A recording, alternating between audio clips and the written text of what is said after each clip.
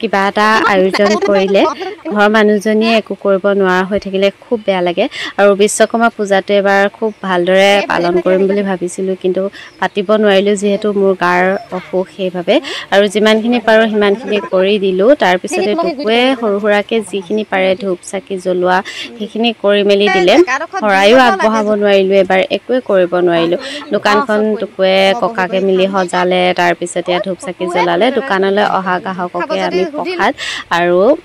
মিঠাই এনেদৰে দিলোঁ শৰাই দিয়া নাই কিন্তু এনেই আৰু সৰু সৰু ল'ৰা ছোৱালীবিলাকক মিঠাই অকণমান খুৱাই দিলোঁ ইয়াত দুটাকৈ মালাডাল দোকানত লগাই মেলি গাড়ীখনত বুট চাকি ধূপ এনেকৈ অলপ অলপকৈ দি নিয়মটো কৰি থ'লে এইবাৰৰ কাৰণে